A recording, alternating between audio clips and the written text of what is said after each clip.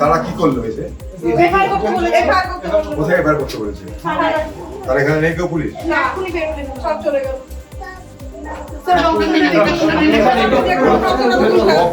লাভ নাই। এই পাড়ার লোককে একটা কথা বলে দিতে পারি, এটাকে সকলে মিলে যৌথভাবে রুখতে হবে। প্রত্যেকের ঘরে ঘরে, প্রত্যেক লাঠি বল্লম প্রত্যেকের ঘরে ঘরে রাখুন। এই দুর্নীতির সাথে লড়তে গেলে প্রত্যেকের সংগঠনে লড়তে হবে। লাঠি বল্লম সব ঘরে ঘরে রাখুন। এদের হাত থেকে বাঁচতে গেলে মানুষকে রুখতে হবে। মানুষ ওদের অত্যাচারটা মেনে নিচ্ছে না, তত ওদের ক্ষমতা হিম্মত আরো বেড়ে যাচ্ছে। এটা বন্ধ করো। বলেছে বেরোলে গুলি করে মারবো, এরকম ফ্ল্যাশ টক করো দাদা, ফ্ল্যাশ টক করো। গুলি করে মারনে বাড়া যায়, তারা ঘরের মধ্যে ঢুকে মেয়েদেরকে হাত দেয় না। বহুত গুলি করে মারনে বাড়া দেখেছি। হ্যালো, সম্মান করে মানুষ। আস্তে। আমি ওই স্পটে ওনাদের বাড়িতে এসেছি।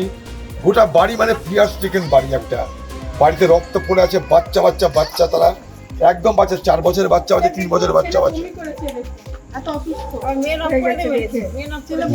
কমপ্লেন করার জন্য কমপ্লেনটা থানায় যাবে কি করে? তারা হসপিটালে ভর্তি হয়ে গেছে। আমরা কমপ্লেনটা দেবো কি করে? আচ্ছা ঠিক আছে, আমি হসপিটালে আমি নিজেই যাচ্ছি, তাদেরকে আমিও বলবো। কোন হসপিটালে গেছে? মেডিকেল। চলো আমার সঙ্গে, চলো হসপিটালে চলো, ওদেরকে মেডিকেল করাবো, এফআইআর সেভাবে করাবো। রাতে যাতে ওদেরকে ব্যবস্থা হয়। আর এই এলাকার সব মানুষের কাছে, এই এলাকার সব মানুষকে,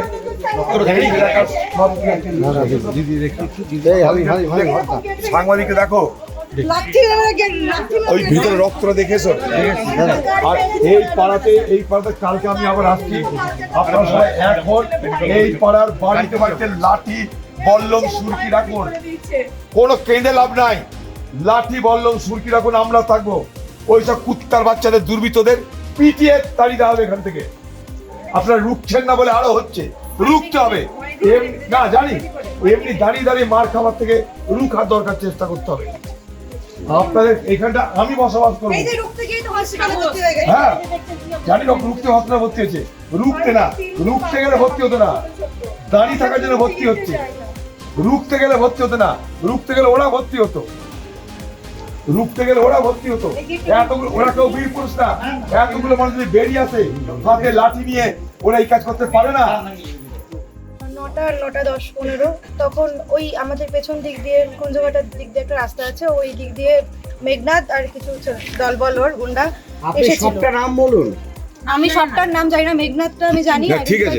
আচ্ছা দিদি আমাদের তো তারপর ওখানে ডিরেক্টলি বাবাকে মারতে আসে। সেখানে আমার হাজবেন্ড আর আমার বোন ছিল, তো তারা আটকায়। আর তখন আমার বোনের সঙ্গে কথা হয়। কথা কাটাকাটিতে বোনকে ব্যাট টাচ করে, আর বোন তখন 2 চড় মারে।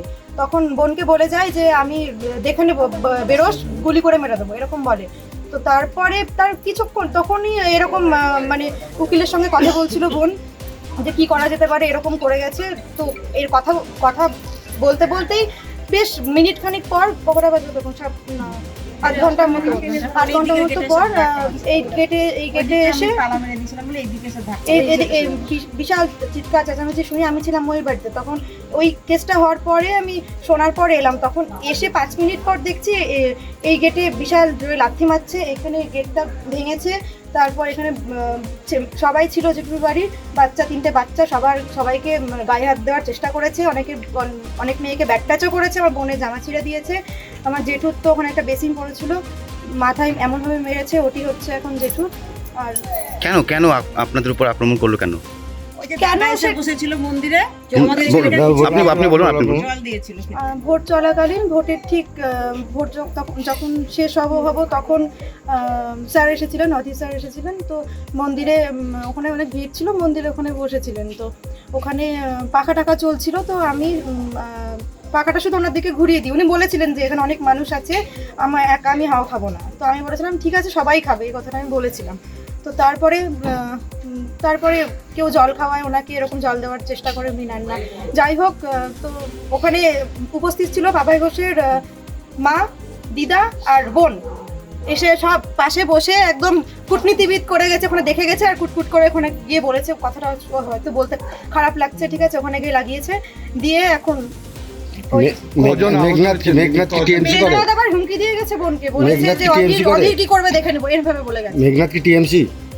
হ্যাঁ অবভিয়াসলি, তো পাপায়েরই গুন্ডা, পাপায়েরও গুন্ডা ওটা। আপনার নাম? নারুগোপালের গুন্ডা পাপায়ের গুন্ডা। দিদি আপনার নাম?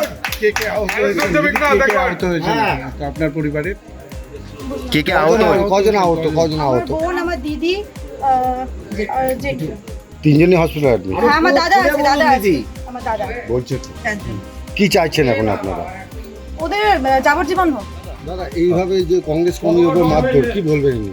দেখুন, ইনি কংগ্রেস আস্তে ইনি কংগ্রেস কর্মী কি তৃণমূল কর্মী আমি কিন্তু জানি না।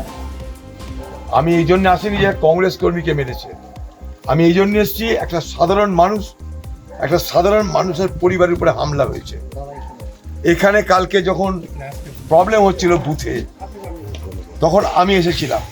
এখানকার মানুষদের ভোট দেওয়ার অধিকার যাতে সুরক্ষিত হয়, তার জন্য নির্বাচন কমিশনের কথা বলে এদের ভোটার লিস্ট ইস্যু করার ব্যবস্থা করেছিলাম। এখানে এত স্লো ভোট হচ্ছিল যে মানুষ এখানে ভোট দেওয়ার সুযোগ পাচ্ছিল না। আমি সেই জায়গাটা এসে তাদের ভোট দেওয়ার ব্যবস্থাকে সুনিশ্চিত করেছিলাম। এই সময়টা যখন চলছে, তখন আমি কিছুক্ষণের জন্য মন্দিরের গেটের সামনে বসেছিলাম, কারণ দাঁড়ানোর জায়গা পাচ্ছিলাম না। সমস্ত লাইন ভোটারদের লাইনের মাঝখানে ডিস্টার্ব করা উচিত না আমার। আমি তাই ভোটারদের লাইন থেকে দূরে গিয়ে এই মন্দিরের সামনে একটু বসেছিলাম, কিচ্ছু করিনি, মন্দিরের মধ্যেও ঢুকিনি। মন্দিরের যারা মালিক তারা ওইখানটায় গিয়ে বললো আপনি বসে আছেন, একটা ছোট ফ্যান দিল। এই ফ্যানের হাওয়াটা খালি নিয়েছিলাম আমি, তাও বলেছিলাম ফ্যান দেওয়ার দরকার নেই। আমাকে জল খাবার দিতে এসেছিল, আমি বলেছি না কিছু দরকার নাই, আপনারা যান, ফ্যানটাও দরকার না। তাহলে বললো না, একটু ফ্যান দিলাম। ঠিক এইটুকু, ঠিক এই অপরাধে যেহেতু আমি ওকে ফ্যানটা যারা দিয়েছে, সেই অপরাধে আজকে তাদের বাড়ির পরে হামলা হলো। এরা কেউ কিন্তু, আমি দাবি করছি না তারা কংগ্রেসের লোক, আমি দাবি করছি না, আমি বলছি এটা সাধারণ মানুষ, একটা কংগ্রেসের লোক নয়, এরা সাধারণ মানুষ। তাদের উপরে কেন হামলা হবে?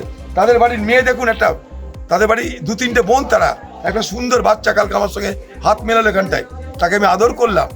সেইটা এদের সহ্য হলো না। 2-4টা শুয়োরের বাচ্চা ক্রিমিনাল আসে এখানটায়, এই পুলিশের মদতে আর তৃণমূলের মদতে যা খুশি তা করে মনে করছে। এখানকার মানুষকে সংঘবদ্ধ করে এই দুর্বৃত্তদের মোকাবেলার রাস্তায় নামতেই হবে, নাহলে এই এলাকার মানুষ আগামী দিনে আর সুস্থ স্বাভাবিক থাকতে পারবে না। আমরা এই মানুষের স্বার্থে আমি নিজে থাকবো। আমি আবার কালকে সকালে আসবো, আবার কালকে দুপুরে আসবো, আবার কালকে সন্ধ্যেতে আসবো। আমি পালিয়ে যাওয়ার মানে লোকটা, এখন আমি হসপিটাল যাব, সেখানে তাদের সাথে দেখা করব, পুলিশের কাছে এফআইআর লজ করাবো, অ্যারেস্ট করানোর ব্যবস্থা করাবো। সব শেষে বলছি, এলাকার মানুষ ঐক্যবদ্ধ হন, ঘরে ঘরে লাঠি বল্লম নিয়ে আপনার প্রস্তুত থাকুন। দুর্বৃত্তরা আসলে পাল্টা আক্রমণে নামুন আপনারা, তাহলে বাঁচার কোনো রাস্তা নেই আমাদের, আর আমরা আপনার সঙ্গে থাকবো। দাদা, এইরকম পরিস্থিতি কেন হলো যে আপনি বলছেন যে লাঠি সোটা নিয়ে মানুষকে? এখানে প্রশাসন বলে কিছু নেই, এখানকার পুলিশ যেগুলো আছে নিচের তলায় সব দালালি করে এদের। হ্যাঁ, কেন্দ্রীয় বাহিনী আছে, কেন্দ্রীয় বাহিনীকে পথ দেখাবে কে? কেন্দ্রীয় বাহিনীকে আসামিটাকে চেনাবে কে? তাই জন্য বলছি কথাটা, আমি কেন্দ্রীয় বাহিনী দোষ দিচ্ছি না। কেন্দ্রীয় বাহিনী ভোট করিয়ে সুস্থ হবে, স্বাভাবিক হবে, সেটা আমরা খুশি। এই সব ক্রিমিনালদের কোথায় তাদের ডেরা, কোথায় তারা থাকে, কোথায় মদ খায়, সব লোকাল পুলিশ জানে। এই লোকাল পুলিশগুলো এখনো তৃণমূলের দালালি করছে।